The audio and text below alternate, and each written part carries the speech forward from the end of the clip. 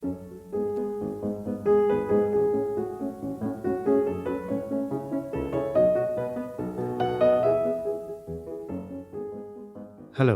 this is Szafa Melomana, first Polish podcast about classical music. My name is Mateusz Ciupka, and this is 87th episode that I deliver to you in English because of my very honorable guest, Ermonela Jaho, one of the best sopranos in the world. The world of classical music is touched by multiple crises. We just came out of the coronavirus pandemic and the war has begun. The war that caused an international economic and social crisis.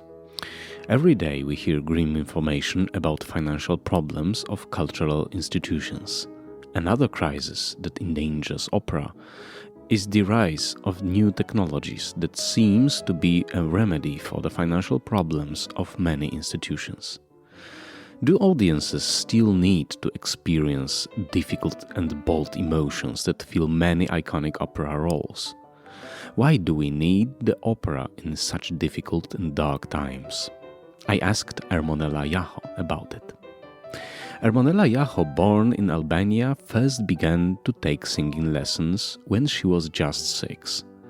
Now she is particularly recognized for her portrayals of Violetta, Madama Butterfly, Suor Angelica, Adriana Lecouvreur and a lot more, where she leaves her indelible mark on everything she sings.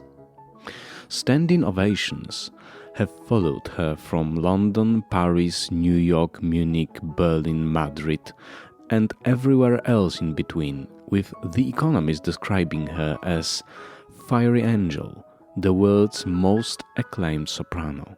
As we read, she throws heart and soul into her singing. Don't even try to resist.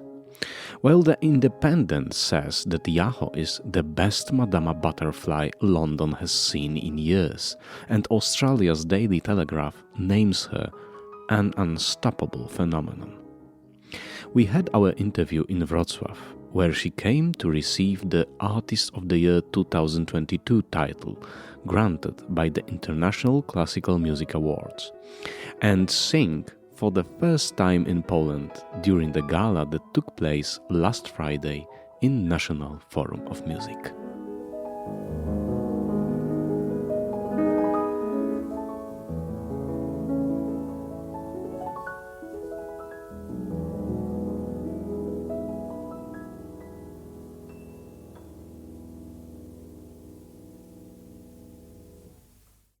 Hello, Ermonela. Thank you for finding the time.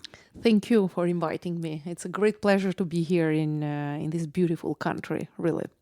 You came to Wrocław because of International Classical Music Award, Artist of the Year.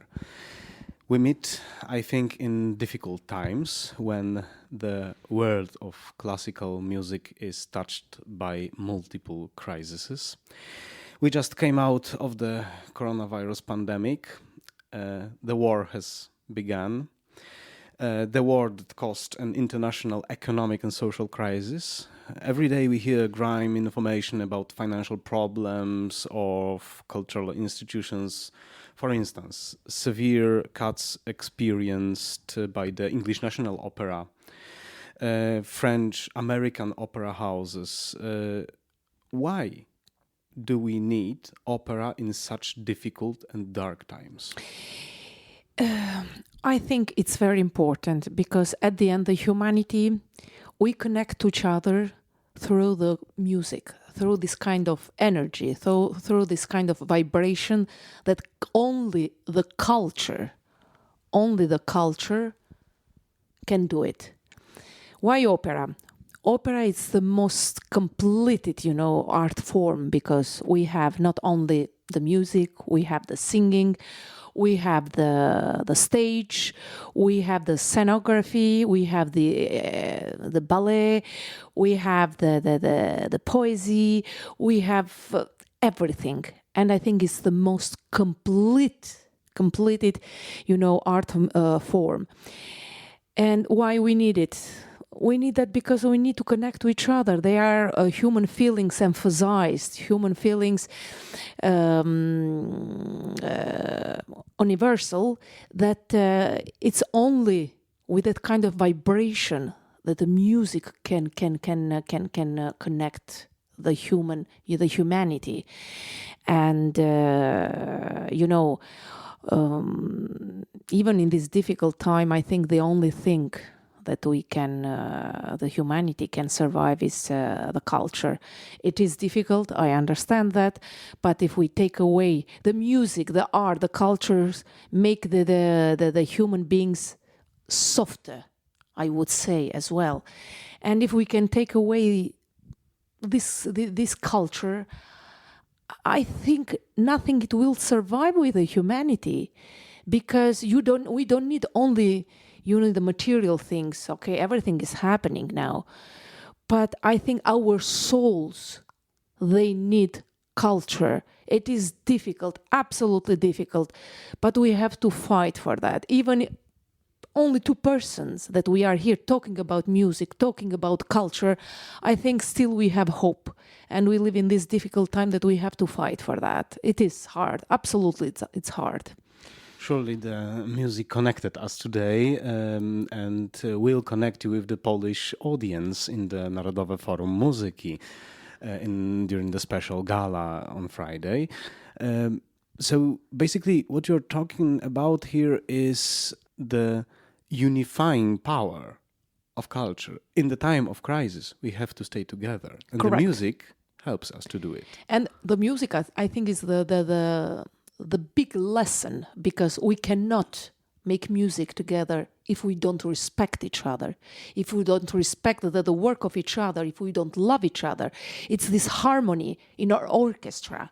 We need to listen each other, to have this beautiful harmony that composers they wrote to connect, And I think the music, the theater, it's a great lesson that we have to learn. And I think the music which will reunite together, maybe still there is hope that we can bring something positive in this, especially in this difficult time. In your opinion, what is being sought by the people who listen to the opera these days? Do they still need to experience difficult, the bold emotions watching you on stage and feeling all the pain and suffering that fill many of your roles? Basically, it's the pain and suffering that constitutes the Cio Cio San, Traviata, or do they need something more heartwarming? I think the opera, we never get tired, of this kind of human feelings, universal human feelings. Because, as you said that before, we are living in difficult moments, and we are surrounded by people that are suffering, they are in pain, people that they want to be happy, or and you have that in the music. So never we can get tired of it, because the times are changed, but the human feelings are the same.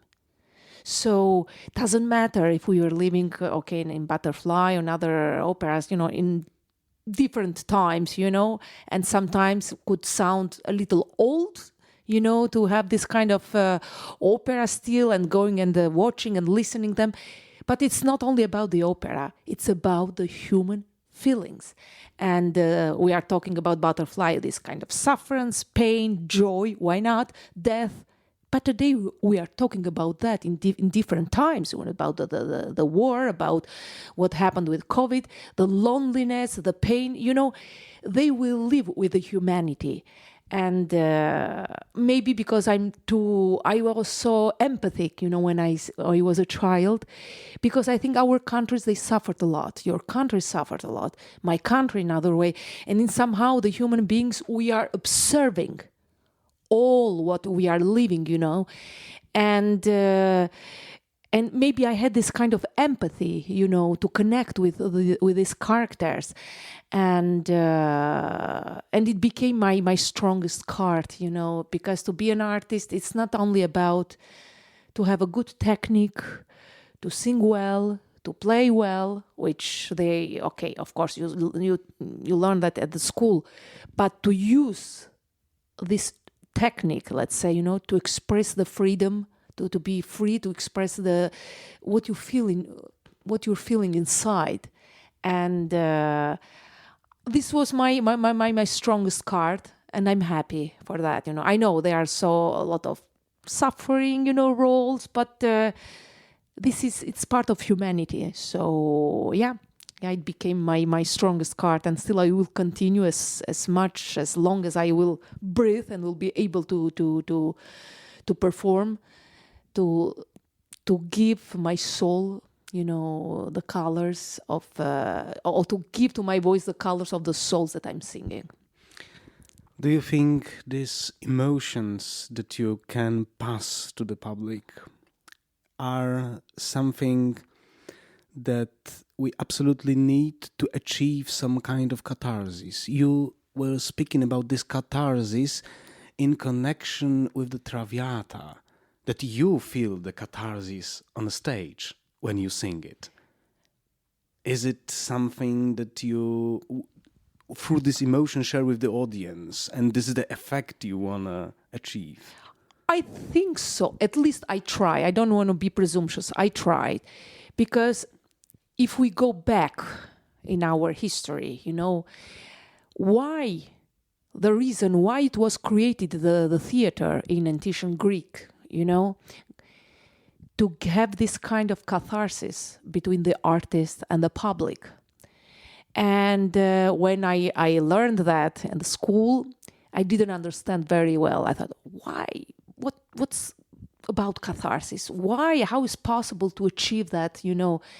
But maybe because I found a way how to channel my emotion in singing, like someone else in writing or in playing something, And sometimes, to be honest with you, when I'm on stage, I go so inside into the character, and sometimes I forget. It's so hard for me to come out, because you go in another dimension. It's something magic. It doesn't happen always, but when it happens, it feels like, you are completely detached from the ground.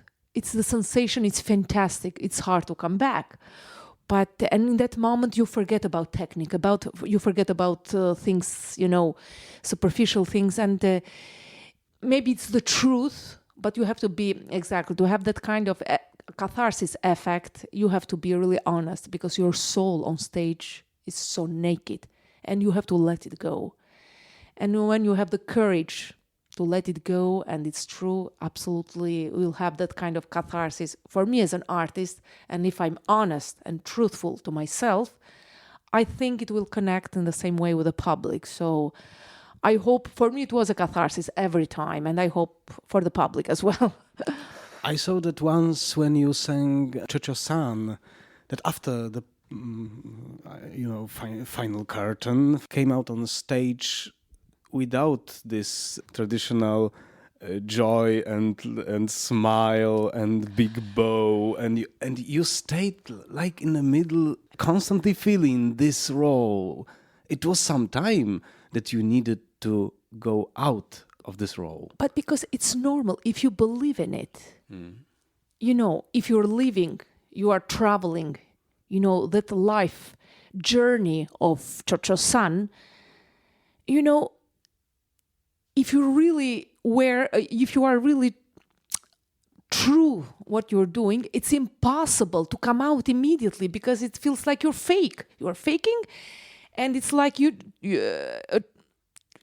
I don't know. It's something that you are lying to the public, and the public needs that still that kind of emotion until the end, because in a real life, okay, if we have a loss, or we have a really, really deep pain, or a big loss, we cannot come immediately smiling after you cried in front of someone that you lost there, or something so painful, so dramatic, And theater is the same. when really you believe in it. Maybe I sound so crazy, but I love it. Still, I love it. After 30 years, I want to feel that emotion. I want to feel like it's not tomorrow there anymore. So yeah, and it takes time. Believe me, it takes time. When you really believe it in that, it takes time to come out from the character. Otherwise, it feels like you're faking. You're faking. And the public will detect the fakeness. They need the truth. They need someone to cry there. They need sometimes I call it, they need the blood on stage, But it's some kind of truth that public seeks and wants to see. Yeah. We were talking about the crises. Another crisis that endangers opera is the rise of new technologies that seems to be remedy for the financial problems of many institutions. But on the other hand, it causes clearly visible risk for the traditional opera, understood as an art, and it does harm, in my opinion, the listeners too. Even if they're unconscious of this, they don't know yet that they soon might be watching not singers, but holograms or partially hologramic performances. What is your opinion on such developments? It's scary. It really is scary. But as an artist, I'm so traditional. And today, when I express that kind of concerns, as you said, that they are young stage directors, and they're telling me, but you are an old school, don't think about that. We have to make the opera modern. Absolutely. You have to bring the opera to the young generation today, but without forgetting the story, the history. Because never losing the traditional touch, okay? Never, ever using the traditional touch, because otherwise, yeah, you're absolutely right. Even the singers, so they will be replaced, for with the technology, but it's not going to be the same. And maybe still I believe in it. We have to fight for that, and especially with the COVID period. We tried, and it was still human beings singing, online, okay, because we couldn't go to the theater, and but it wasn't the same. It wasn't the same, because we need this kind. The universe exists because of the energy. We are part of the universe, and we connect to each other because we need this kind of a vibration, and. Yes, you have. There are some modernity, okay, but we have to be careful not to lose the touch of humanity, because I'm scared, to be honest. If something is gonna happen, I want to be dead already, because I like it. I like to hug each other, to talk to each other, Otherwise, it feels like the humanity doesn't exist. Just one person. That's why in the Bible we had Adam and Eva. We need each other. Maybe because I believe in it, and I don't want to believe. I hope I'm going to be dead if we'll be replaced with the technology. We need the technology, but we need to use that, in a smart way without losing the human touch, which it comes from traditional productions.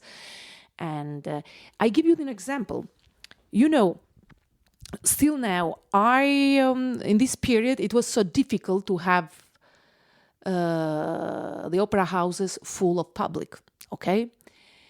But I had this experience that I was really happy, but to see the difference at the Metropolitan. I was singing last year Liu in Turandot, Zeffirelli's production. Of course, Franco Zeffirelli. Very classic and traditional. Classic for excellence. It was maybe too classic, but it was a dream.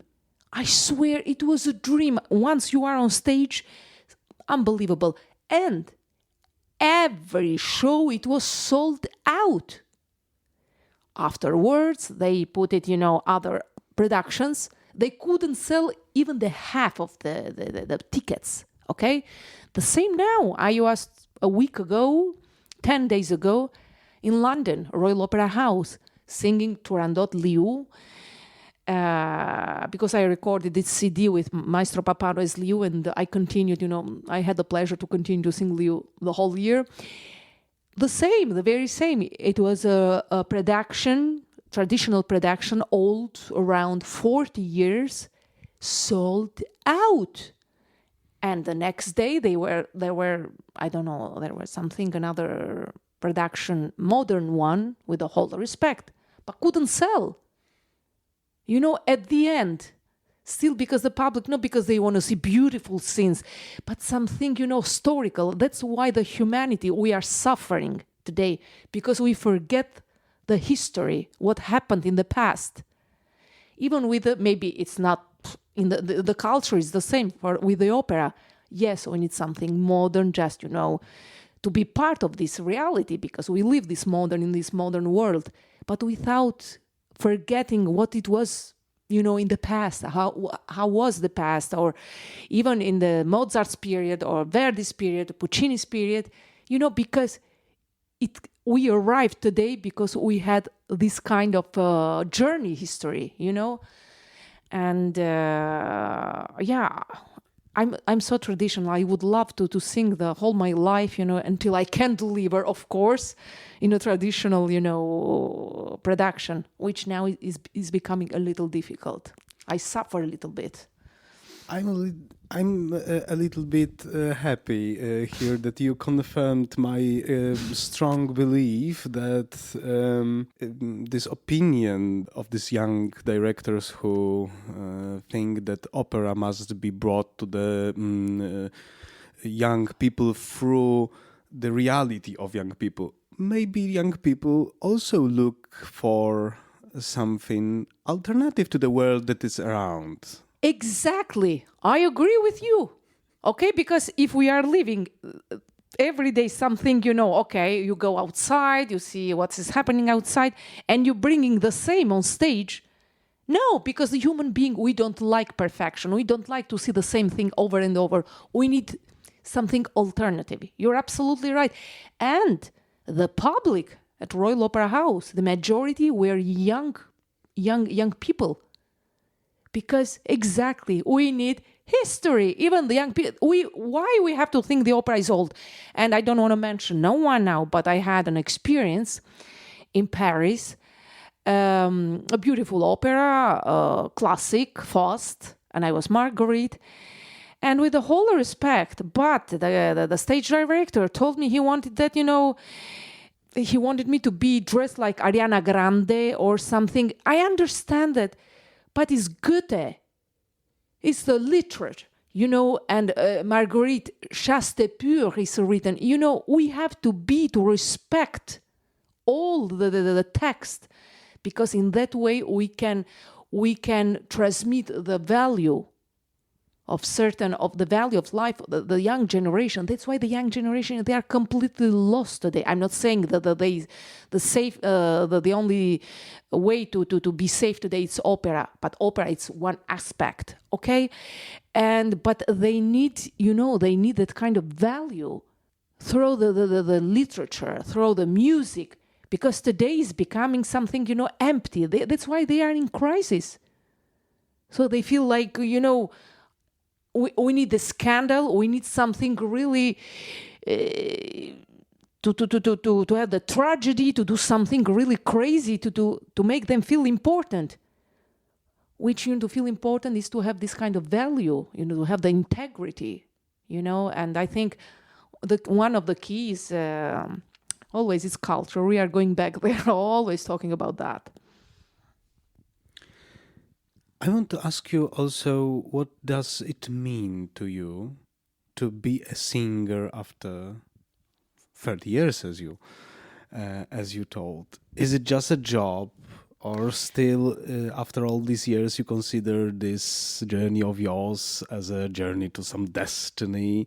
Do you have any regrets, maybe any dreams? Beautiful question. My dream started when I was 14 years old, professionally when I decided to become an opera singer in Albania. Tirana, Tirana, Traviata. correct. Yeah. And it started as a game, because at that age you want to be famous. It's normal. They are the first things that. But when I saw the first time Traviata, it was my first opera. I decided to become an opera singer because maybe when I've heard for the first time Traviata, I fall in love with the first sight, and in somehow, maybe unconsciously, I didn't understand exactly, but it was something that I'm not saying disturbed me, but it moved something into my heart, into my soul.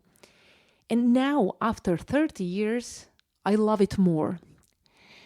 And I don't have dreams anymore, because what I dreamt, to become an opera singer, to sing certain repertoire in all the opera houses, that I've done that already. And now it's not anymore, as a profession or job. But now, every time I'm on stage, for me, I want to experience that spiritual journey. It's not anymore a job. It was a job, okay? Before. Now, I want to experience a spiritual journey. And every time I go on stage, for me, it's like my first and last time in my life. And I kiss the stage, because I'm telling, maybe tomorrow I'm not coming back. And I want to live that in full. What You is love changed? the stage. You love the stage. I love the stage because it's my dimension. Maybe because I was really a shy child. And when I felt home with my ups and downs, my imperfections, it was the stage. It was the real myself. It was the stage. Or maybe I found my dimension there. I don't know. It was something so... Really, I love the stage. And after such a long time, what I regret... It's a countersense, maybe, because what I regret is that I didn't have... I didn't live as like every other teenager. I fought so much. I suffered so much. I had to fight a lot, to reach, to touch my dream, to live my dream. And I was so harsh on myself. Really, I couldn't live a moment like my generation, like my age at that time, maybe to have friends, to go outside, to have a social life, like everyone. For me, it was like, I needed to fight harder than the other people, because I needed to make place in the world, to make place to myself, because I left Albania in 93. And Albania in 93, if you know, you saw all those big, ships coming from Albania, the changing of the everything changed, the politics and everything changed in Albania. And to make place to myself, I had to fight 10 times more than the other people. And I didn't forgive myself, I wanted to make it happen, and somehow I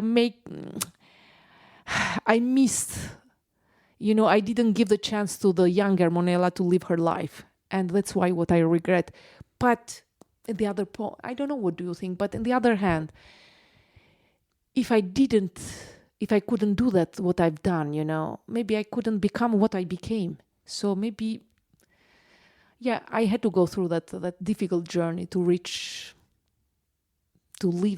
my dream, I think. Yeah. That one I regret. And what I regret, the other thing, to be honest with you, that I didn't have the opportunity, because always I did choose to study, and I didn't have the opportunity to be closer to my family. And I lost my parents. Meanwhile, I was singing on stage. And even my mom, even my father, in their last days that I didn't know, unfortunately, they told me, when you are coming, just to have to hug you, or to have to spend some time together. And now when I remember, I feel guilty. But that's what I regret, because I was away from my family, and maybe everything has a price. We cannot have everything in life, and maybe that suffering is it's so raw, it's so true. That's why maybe it's so true what I'm singing on stage. My pain is real on stage because of what I've been through. So yes, because of what you've experienced. Exactly. I think that we had to go through that. We're all, I think, very busy these days, and it seems that the world becomes more and more demanding. How do you deal with the overcoming things such as physical overload, tiredness, exhaustion?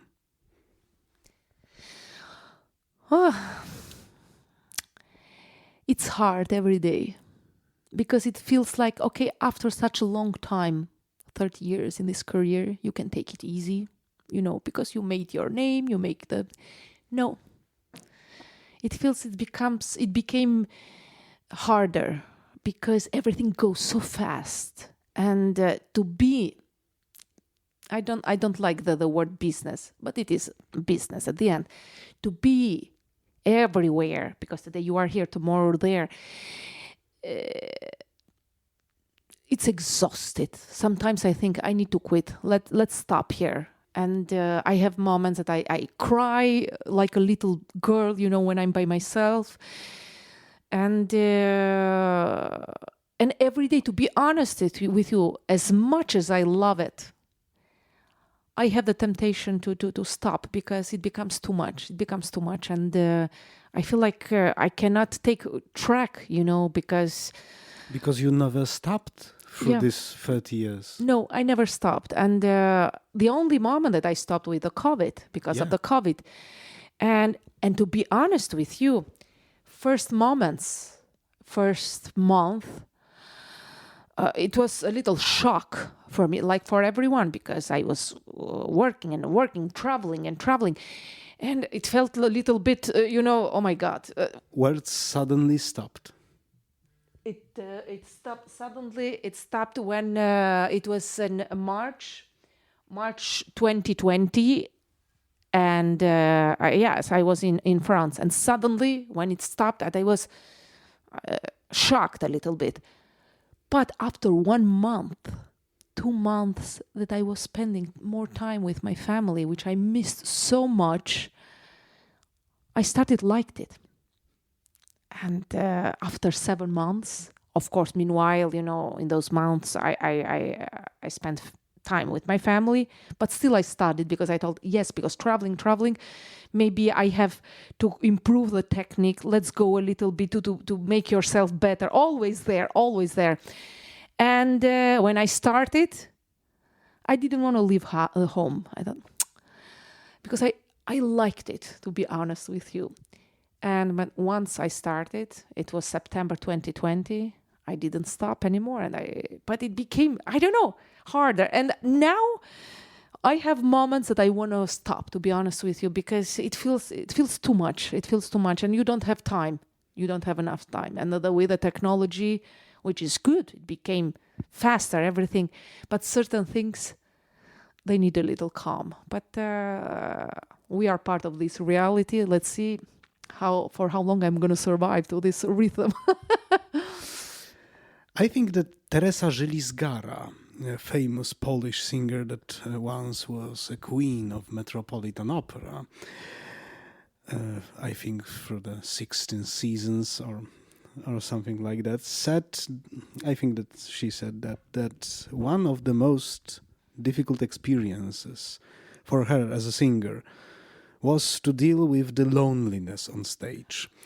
It might seem to be a paradox, because opera basically is a teamwork, and more than, let's say, a solo instrumental performance, the recital of the pianist or violinist. Do you agree with this opinion? Have you ever experienced such a loneliness on stage? She was right. I agree with her. because not every time, you have, of course, opera is a teamwork. We agree about that. But sometimes not everyone has the same, the same perception, or they go in the same direction. If it's a catharsis for you, if it's a therapy for you, doesn't mean it has to be for everyone. And sometimes it happened to me as well, when you're singing something really meaningful, thoughtful, so with a lot of emotion, and you see the conductor wants just, to finish the opera because he needs to keep the orchestra together, or the stage directors or the regisseurs, they have exactly the perception of, I don't know, which doesn't go together with the drama, with the plot. You have colleagues, with all respect, they are worried about, I have to be ready to do the high note, and they are so worried about that. And at the end, it's not a journey going together, and you feel alone there, and you think, okay, let's go with my guts. So I'm in your mind, it's like, okay, you are doing this role, and you feel alone because, or sometimes you have love duets, and the stage director puts, one person here, the other person on the other, on the other side, Sometimes it feels if she meant in that way.